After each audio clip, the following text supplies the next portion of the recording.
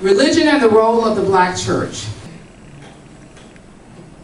Generally, when you invade, you have a, you have the gun in one hand, and what do you have in the other hand? You have the Bible. You have the Bible and the gun simultaneously. And you assuage and you pacify the targeted populace by way of doctrines. And generally, those doctrines are Western or white supremacy. You also have a doctrine of non-European inferiorization by way of Western and white supremacy. And that is what's called the assumptive and presumptive story of Ham.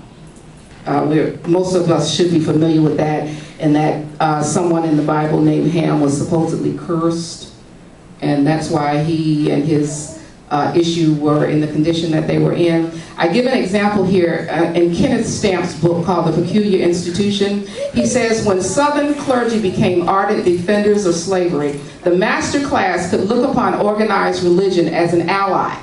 The gospel, instead of becoming a means of creating trouble and strife, was really the best instrument to preserve peace and good conduct among Negroes. Purpose of religion. Another purpose of religion is what's called fundamental alienation. Fundamental alienation, and that is a separation from self. A separation from self. Alienation from self plus separation from the truth equals isolation from the group process, and it creates individualism, so that instead of us, it becomes me, I, you. It's not us, our, or we anymore, it's individuals. And fundamental alienation also serves the purpose to separate us from God.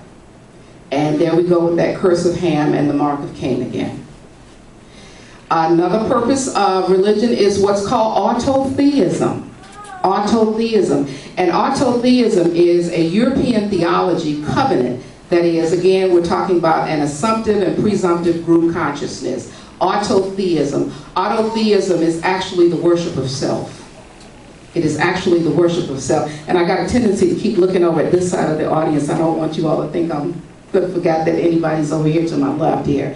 Also, number B, European self-worship covenant equals white and Western supremacy imposed upon non-Europeans.